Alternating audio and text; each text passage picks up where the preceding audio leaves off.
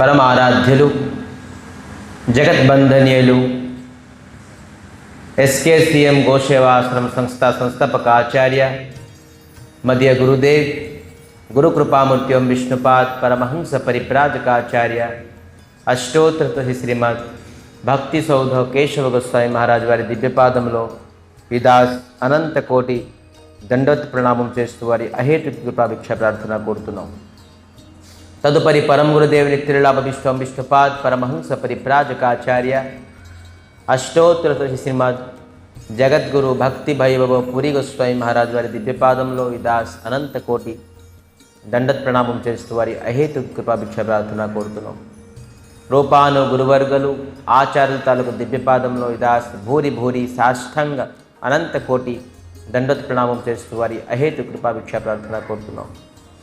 భగవత్ కథా పిపాసు మధ్య గురు భ్రాతలందరికీ మాతృమండలికి అందరికీ నా మనస్సుమాంజలు తెలియపరుస్తూ ఈరోజు అఖిల గుణగణి నిధి కరుణాసాగర భక్తవత్సల కల్పతరు దయాసాగర శ్రీ హరి తాలూక మహతి కృప ఈరోజు ఈ త్రిసంధ్యా సమయంలోని భగవత్ సన్నిధిలో మనందరికీ మానవ జన్మలోని సర్వోత్కృష్టమైన ఫలం సత్సంగం లభిస్తుంది. ఇది కేవలం హరి గురు వైష్ణవ తాలూకా మహతి మహతి మహతి కృప. SKCM గోసేవాశ్రమం తరపున అందరికీ స్వాగతం. ఇక్కడ వేచేసిన వచ్చే భక్తులందరికీ ఒక విశేషమైన సూచన. వాస్తవంగా భగవంతుడు మనందరికీ ఒక మంచి అవకాశం అదృష్టం కలిగించారు. ఎందుకంటే రేపటి నుంచి ఒక అద్భుతమైన నెల. రేపటి నెల అధిక మాసము, శూన్య మాసము, పురుషోత్తమ మాసము, మలమాసము కూడా అంటారు. అనేక పేర్లు ఈ నెలకి. ఈ నెల తలకు విశేషత్వం ఏంటి, ఏం చేయాలి, ఏం చేయకూడదు అనేది మనం తెలుసుకోవడం చాలా అతి అవసరం. అందరూ చేస్తారు కానీ తెలిసి చేస్తే దానికి తాలూకా భక్తి శ్రద్ధ ఇంకా మనసు నిమగ్నమై ఉంటుంది. ఈ నెలలోని ఈ ప్రకారంగా మనం చేయగలమా, చేస్తే ఎంత లాభాలు కలుగుతాయా అని. ఈ నెలకి మలమాసం, శూన్యమాసం, అధిక మాసం, పురుషోత్తమ మాసం అని కూడా అన్నారు. శూన్యమాసం అంటే ఎందుకు అన్నారని మనం తెలుసుకుందాం. అధిక మాసం ఎందుకు అన్నారని కూడా తెలుసుకుందాం. పురుషోత్తమ మాసాన్ని ఎందుకు అన్నారని కూడా తెలుసుకుందాం. సో దీంట్లో మహిమ అతి అద్భుతం. శాస్త్రంలోని ఈ విధంగా రాసి ఉన్నది పద్మపురాణంలోని. వినగానే ఆశ్చర్యం పోవాలి మనకు. ఇది ప్రతి నెల రాదు, ప్రతి సంవత్సరం రాదు. ఇది కేవలం 3 సంవత్సరాలకు ఒకసారే వస్తుంది అధిక మాసం. అది ఎలా వస్తుంది మనం ఇప్పుడు తెలుసుకుందాం.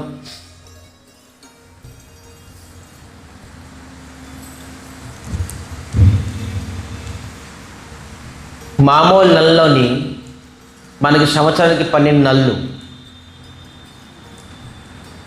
మామూలు నెలలోని మనం ఏ ప్రకారంగానూ కార్యాలు చేస్తామో, జపము, తపము, ధ్యానము, పూజ, పునస్కారాలు, హోమము, యజ్ఞాది కర్మము, తీర్థయాత్రలు. రేపటి నుంచే ప్రారంభం అయిన ఈ పురుషోత్తమ నెలకి ఎవరైతే ఏ ఆధ్యాత్మిక కార్యం చేసినా 16 లక్షలు అధికంగా 16 lakhs మోర్ టైం. మనం ఒక దీపం వెలిగిస్తే 16 లక్షలు దీపం వెలిగించినట్టు. చూడండి, ఒకటి కాదు, 2 కాదు, 16 లక్షలు టైమ్స్ మోర్ బెనిఫిట్, లాభం మనం పొందుతాం ఏదైతే నార్మల్ నెలలో చేసే కన్నాను. ఒక కార్తీక నెలలో చేసే కన్నాను శ్రేష్టమైన శ్రావణ మాసం, శ్రేష్టమైన మార్గశీర్ష మాసం కన్నాను ఈ అధిక మాసము ఎవరు ఏ ప్రకారంగా ఆధ్యాత్మిక కార్యం చేస్తే 16 లక్షల సారి అధికంగాను వాళ్ళు లాభాలు పొందుతారట. మనం జీవితం అంతాను ఏ దీపాలు పెట్టినా, ఎన్ని పూజా పునస్కారాలు చేసినా కూడా ఇంత లాభం రాదు. మనం 16 లక్షల సార్లు మనం దీపం జీవితంలో వెలిగించగలమని చెప్పింది. కొన్ని దీపం అనుకోండి, ఏది అయినా కార్యం ఇది ఒక అద్భుతమైనది. కేవలం నేను ప్రారంభించాను కేవలం లాభంతో. దీనికి ఎందుకు ఈ అధిక మాసం వస్తుంది? ప్రతి సంవత్సరానికి సూర్య గతి ప్రకారంగాను 365 రోజులు అందరికీ తెలుసు. సంవత్సరానికి ఎన్ని రోజులు?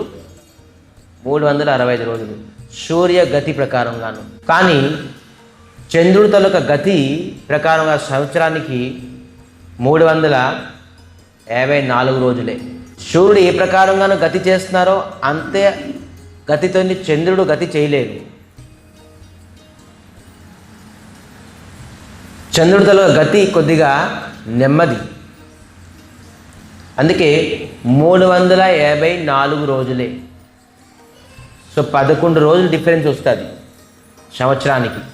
అది 365, ఇది 354 రోజులు. 11 రోజులు ఒక సంవత్సరానికి వేరియేషన్ వస్తుంది.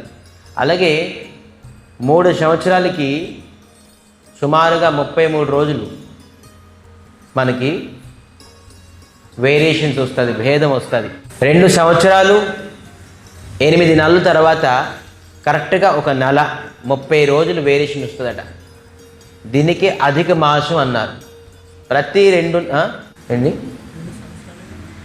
సంవత్సరాలు 8 నెలలు, 2 సంవత్సరాలు 8 నెలలకి ప్రాయతః 30 రోజులు సూర్యుడికి చంద్రుడికి మళ్ళీ బ్యాలెన్స్ చేయడానికి ఒక నెల అధికంగా అవుతుందట ప్రతి 3 సంవత్సరాలకి.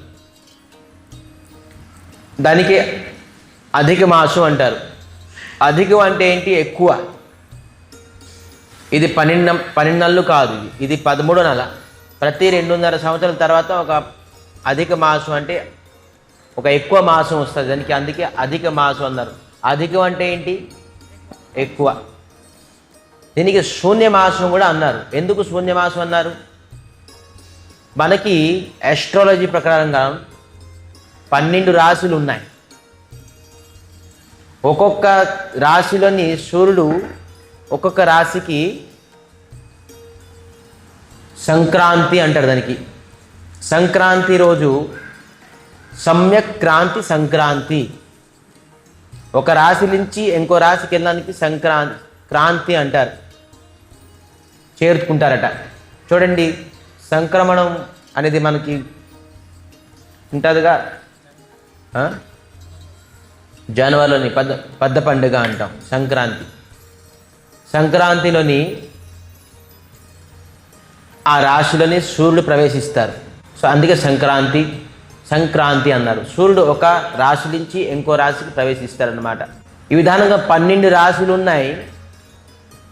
కానీ ఈ నెల ఏది రాశి లేదు, 13 రాశి లేదుగా. అందుకే దీనికి శూన్యం అంటారు, శూన్య నెల. ఎందుకంటే మరి ఏ రాశికి ఇది ప్రవేశించలేరు. అందుకే ఇది శూన్యమాసం అన్నారు. అధిక మాసం, శూన్యమాసం.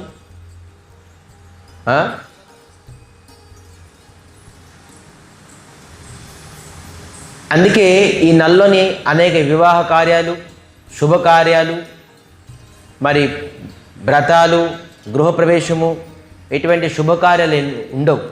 ఎందుకు శుభకార్యాలు ఉండవు అంటే సూర్యుడు తాలూకా గతి ఏ రాశిలో ఉంటారో ఆ రాశి ప్రకారంగాను శుభ ముహూర్తాలు తీస్తారు. కానీ ఇది సూర్యుడు ఏ రాశికి ప్రవేశించారు కాబట్టి శుభ ముహూర్తాలు రావు. అందుకే ఈ అధిక మాసం, శూన్యమాసంలోని ఏ ప్రకారంగా శుభకార్యాలు అవ్వవు. ఏ ప్రకారంగా గృహప్రవేశము, వివాహ కార్యము, వ్రతము, ఏవి శుభకార్యాలు, ఏవి ముహూర్తాలు రావు కాబట్టి అవ్వవు. 12 నెలలకి 12 దేవతలు ఉన్నారు. ఒక్కొక్క నెలకి ఒక్కొక్క అధిష్టాన దేవతలు ఉన్నారు. కానీ ఈ అధిక మాసం, శూన్యమాసం తలక దేవి పాపం అందరూ అనారాధన చేశారు, అనాదరం చేశారు. ఈ నెల శూన్యమాసం, అధిక మాసం, మలమాసం. ఈ మాసంలోనే ఏం శుభకార్యాలు చేయకూడదు అని చెప్పేసి అందరూ అనాదరం చేయడంతో ఈ దేవి వెళ్ళి శ్రీమన్నారాయణుడు శ్రీకృష్ణ పరమాత్మ దగ్గరికి వెళ్ళి వేడుకున్నారట, ప్రార్థన పడ్డారట. స్వామి నాకు సృష్టించారు, ఎందుకంటే సృష్టికి మూలము శ్రీకృష్ణ పరమాత్మ శ్రీమన్నారాయణుడు. శ్రీహరి దగ్గరికి వెళ్ళి అన్నారట, స్వామి నన్ను సృష్టించారు, మీరు జన్మించారు, కానీ నాకు అందరూ అనారాధన చేస్తున్నారు, చేదరిస్తున్నారు. నా నల్లోని ఏ ప్రకారం ఏ శుభకార్యాలు లేదు, ముహూర్తమే లేదు అని పాపం ఈ ప్రకారంగా ప్రార్థన పడడంతో భగవంతుడు నాకు ఎవరు లేరు, మీరే దిక్కు అని ఎప్పుడైతే మనం అంటామో భగవంతుడు అతి ప్రసన్నం అయిపోతారట. అందుకే చెప్తారు, అన్యథా శరణం నాస్తి త్వమేవ శరణం మమ తస్మాత్ కారుణ్య భావేన రక్ష రక్ష జనార్దన. హే జనార్దన, నాకు మీరు తప్ప ఇంకెవరు లేరు అని శబ్దం ఎప్పుడైతే ఎవరి ముఖం నుంచి వచ్చేసిందో భగవంతుడు అతి ప్రసన్నం అయిపోతారు. మీరు ఎన్ని మంత్రాలు చెప్పండి, ఎన్ని జపం చెప్పండి, ఎన్ని హోమం చేయండి, ఎన్ని యజ్ఞాలు చేయండి, ఎన్ని దానం తపస్సు చేయండి, అంత ప్రసన్నం అవరు. భగవంతుడి దగ్గరికి స్వామి మీరు తప్ప నాకు ఇంకెవరు లేరు, నన్ను మీరే రక్షించాలి అని చెప్పేసి 2 చేతులు లేపేసి చెప్పామనుకోండి, భగవంతుడు అతి ప్రసన్నం అయిపోతారు. భగవంతుడికి ప్రసన్నం చేయడానికి అతి సరళమైన మార్గం. మనం ఎన్ని కొబ్బరికాయలు పెట్టి ఇవ్వండి, పూజ పునస్కారాలు దీపాలు పెట్టండి, ప్రదక్షిణాలు చేయండి, నడిచి వెళ్ళండి, బంగురుకుంటూ వెళ్ళండి, దేకురుకుంటూ వెళ్ళండి, గుండు గీసుకుని వెళ్ళండి, ఏది చేసుకుని వెళ్ళండి. కానీ భగవంతుడు అన్యథా స్వామి మీరు తప్ప నాకు ఇంకెవరు లేరు, ఊరికినే భావం లేకపోయినా కూడా నన్ను చూసారా. చాలామంది ఒకరికి ఇంప్రెస్ చేయడానికి మనం బోల్డ్ మాటలు అంటాం, ఫ్రెండ్స్కి, రిలేటివ్స్కి, పేరెంట్స్కి, పిల్లలకి ఇంప్రెస్ చేయడానికి బోల్డ్ మాటలు అంటాం. కేవలం మాటలతోనే అనేక వ్యక్తులకి మనం ఇంప్రెస్ చేస్తాం. కానీ భగవంతుడికి ఇంప్రెస్ చేయాలంటే ఏంటి తెలుసా, స్వామి మీరు తప్ప నాకు ఇంకెవరు లేరు. ఈ శబ్దానికి భగవంతుడు కట్టుబడి ఉంటారట. అది భావంతో కాపోయినా కూడాను, ఊరికి నేను నోటారుగా వచ్చినా కూడాను భగవంతుడు చాలా పోనీ ఊరికినే అన్నాడు కదా నా దగ్గరికి వచ్చి అని అనుకుంటారట. సో ఎప్పుడైతే ఈ దేవి మలమాసం తలగా అధిక మాసం తలగా దేవి వెళ్ళి స్వామికి ప్రార్థన చేశారు, స్వామి నాకు అందరూ అనాథాదం చేస్తున్నారు అని ప్రార్థన చేయడంతో భగవంతుడు ఈ మలమాషానికి చెప్తున్నారు, హే దేవి నాలో ఉన్న గుణాలు అన్నీ మీ దగ్గర ఉంటాయి.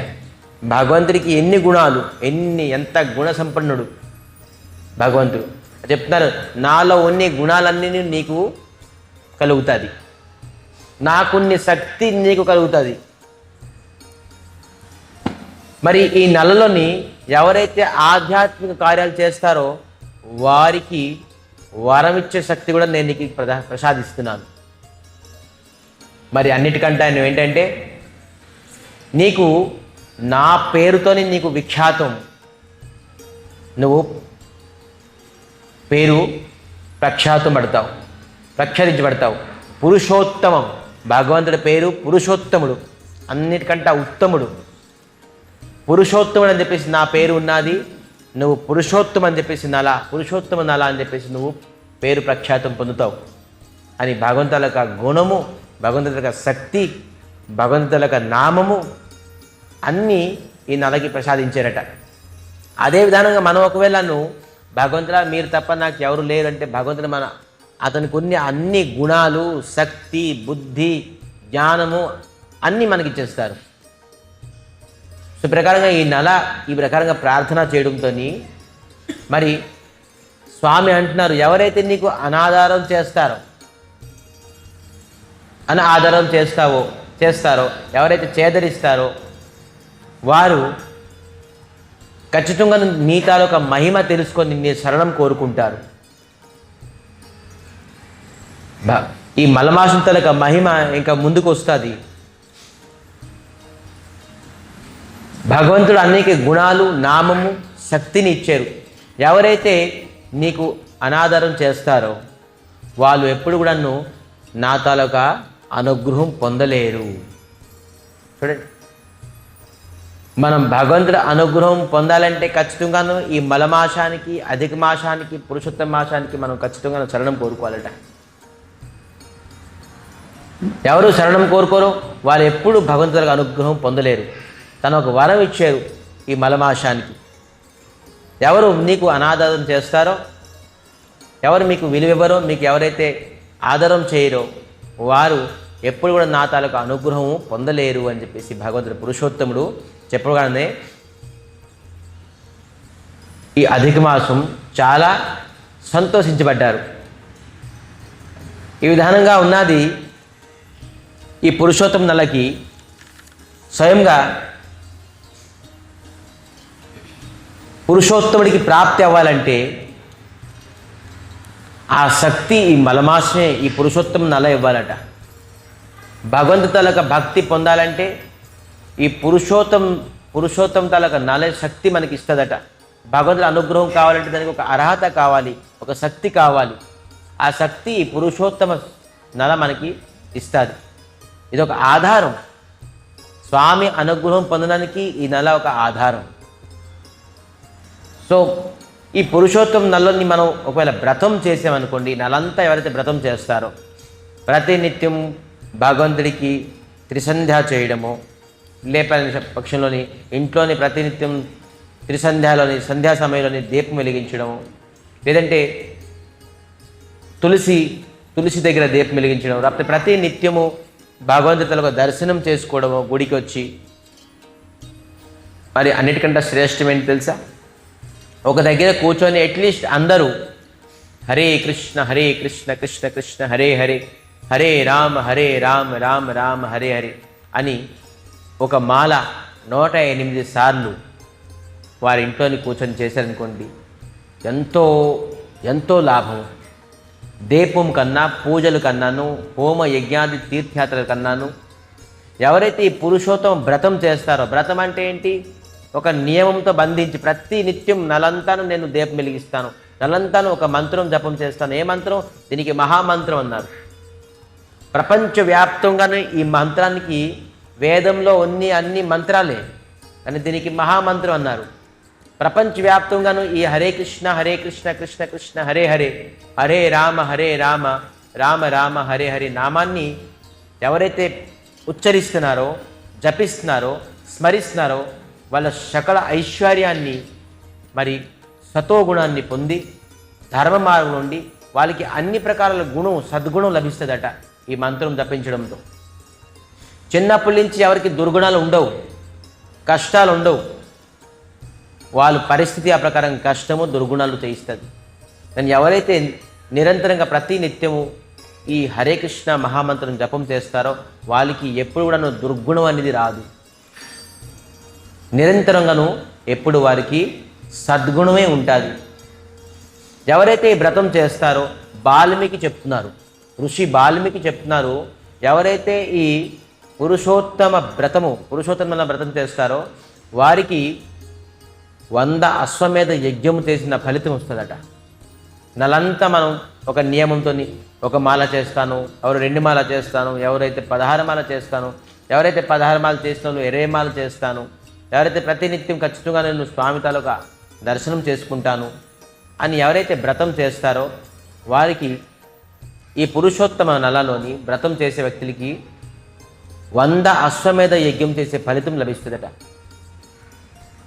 ఏ వ్యక్తి 100 అశ్వమేధ యజ్ఞం చేస్తారో వాడు ఇంద్ర పదవికి అర్హుడు. తెలుసా? మీరు కూడాను, మనం కూడాను ఇంద్రుడు అవ్వచ్చు. ఇంద్రుడికి అయ్యే క్వాలిఫికేషన్, ఇంద్రుడు ఒక దేవత కాదు, ఇంద్రుడు అనేది ఒక పోస్ట్. అక్కడ ఎవరైనా కూర్చోవచ్చు. దానికి క్వాలిఫికేషన్ ఏంటి? 100 అశ్వమేధ యజ్ఞం. ఎవరైతే ఈ పురుషోత్తమ నెల అధిక మాసం మలమాసం వ్రతం చేస్తారో వాళ్ళు ఇంద్రుడి తలక పోస్టులో కూర్చుంటారు. అంటే దాని అర్థం ఏంటి? ఇంద్రుడి తల పోస్ట్ అంటే ఇంద్రుడంత ఐశ్వర్యము, ఇంద్రుడంత సౌభాగ్యము, ఇంద్రుడంత కీర్తిని పొందగలరటాలు సమాజంలోని. ఈ రేపు 17 తారీఖు నుంచి వచ్చే నెల 15 తారీఖు వరకు ఈ పురుషోత్తమ నెల ఉన్నది.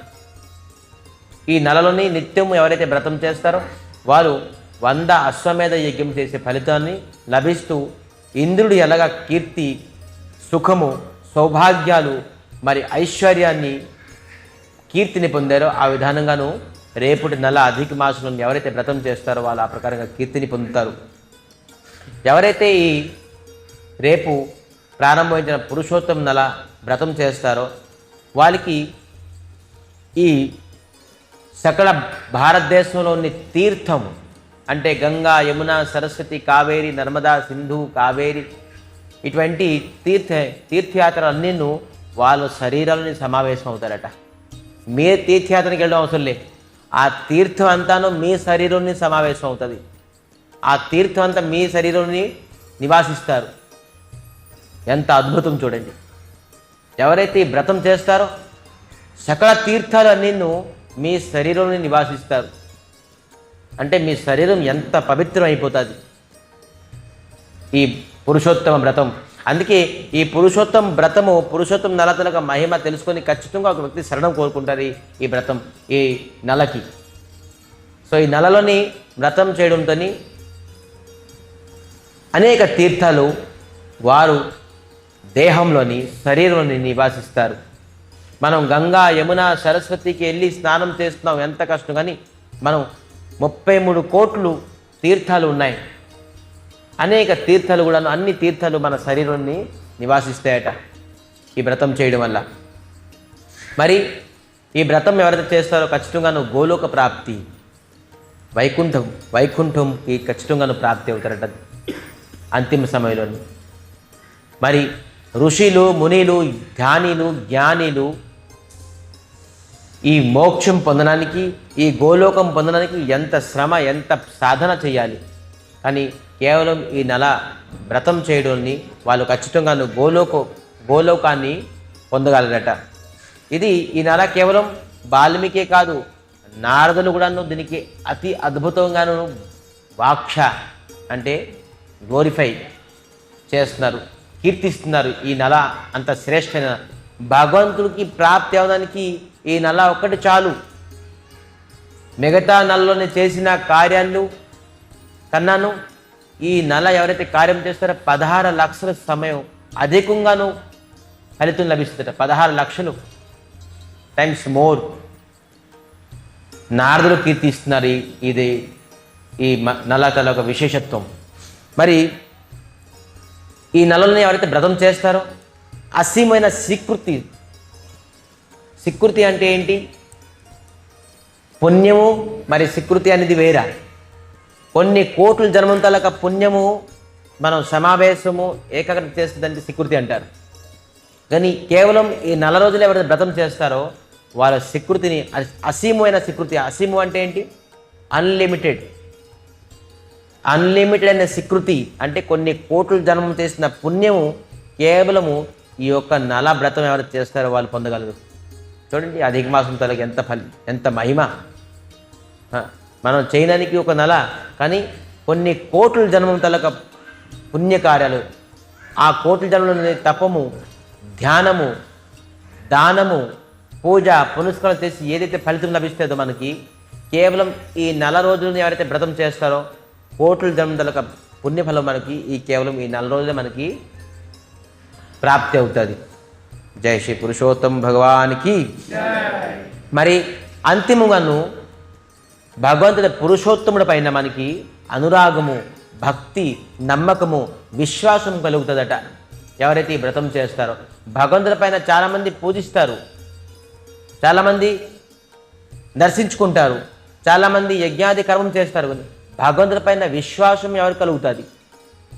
భగవంతుడి పైన అనురాగం ఎవరు కలుగుతుంది? భగవంతుడి పైన ప్రీతి, ప్రేమ ఎవరు కలుగుతుంది? అది చాలా కష్టము. మనం భయంతోనో, కష్టంతోనో, దుఃఖంతోనో మనం భగవంతుడిని ఆరాధన చేయొచ్చు. దాని అర్థం భగవంతుడి పైన మనకి నమ్మకం, విశ్వాసం ఉన్నదని కాదు. చాలామంది భయంతో భగవంతుడికి పూజిస్తారు, నా వ్యాపారం బాగుండాలని స్వార్థంతో పూజిస్తారు. కానీ భగవంతుడి పట్ల మనకి అనురాగము, భక్తి, శ్రద్ధ, నమ్మకము, విశ్వాసం కలుగుతుందట ఈ నెలని ఎవరైతే వ్రతం చేస్తారు. సో ఈ ప్రకారంగాను మరి నైమిషారణ్యుని 88,000 మహాత్ములు, సాధువులు కూడాను ఈ నెల గురించి కీర్తిస్తున్నారు. ఈ నెలలోని దేవతలు, మునిలు, ఋషులు, భక్తులు, స్వయంగా లక్ష్మీదేవి కూడాను ఈ నెల ఆరాధన చేస్తారట. లక్ష్మీదేవి కూడాను ఈ నెలని వారు భగవంతుడికి స్వామికి పూజిస్తారట. ఈ నెలలో మహిమ తెలుసుకొని లక్ష్మి కూడా ఆరాధనిస్తుందట ఈ పురుషోత్తమ నెలకి. ఎలాగా ఋషులు మునులు సాధువులతో చేస్తారు, దేవతలు చేస్తున్నారు, లక్ష్మీదేవి కూడా స్వయంగా చేస్తారట ఈ పురుషోత్తమ వ్రతము. సో మరి ఈ పురుషోత్తమ వ్రతం చేయడం వల్ల వారికి భక్తిలోని ప్రథమమైన స్టెప్ ఏంటి? ఆదౌ శ్రద్ధ. భగవంతుడిపైన శ్రద్ధ కలుగుతుందట, వారి భక్తులపైన శ్రద్ధ కలుగుతుందట ఎవరైతే ఈ పురుషోత్తమ వ్రతం చేస్తారో, ఈ నెల వ్రతం ఎవరైతే చేస్తారో. మరి శ్రద్ధ ఎవరైతే ఈ పురుషోత్తమ వ్రతం చేస్తారో వారికి వేదంలోని రాసిన సద్గుణాలు, వేదంలో రాసిన శాస్త్రం రాసిన అన్ని సద్గుణాలు అతని పైన ప్రకటన అవుతుందట. అన్ని సద్గుణం కలిగిన వ్యక్తి అయిపోతారట అతనికి ఒక్కటిన కూడా దుర్గుణం ఉండదు. మన దుర్గుణాలు నాశనం చేసుకున్న మంచి నెల ఈ పురుషోత్తమ నెల. ఎందుకంటే అనేక సుగుణాలతోని శుభగుణాలతోని మనం ప్రకాశించబడతాం ఎవరైతే వ్రతం చేస్తారో. మరి చిట్ట చివరిగా స్వామివారి దగ్గర భక్తి కూడా మనకి లభిస్తుంది. ఎవరికి వాస్తవమైన ఆధ్యాత్మికంగాను ప్రగతి కావాలి. ప్రగతి అంటే ఏంటి? ఎదుగుదల. ఎవరికైతే ఆధ్యాత్మికంగా, భౌతికంగా కాదు, నేను ఇల్లు బిల్డింగ్స్ పెంచుకోవాలి, ప్రాపర్టీస్ పెంచుకోవాలి, కీర్తిని పెంచుకోవాలి కాదు, ఆధ్యాత్మికంగా ఎవరైతే ప్రగతి కావాలనుకున్నారో ఖచ్చితంగా ఒక వ్యక్తి పురుషోత్తమ వ్రతం చేస్తారట, పురుషోత్తమ నెల వ్రతం చేస్తారట. ఆధ్యాత్మికంగా ఎవరికైతే ప్రగతి కావాలో, ఆధ్యాత్మికం అనేది నేను ఇప్పుడు వ్యాఖ్య చేయడానికి సమయం లేదు.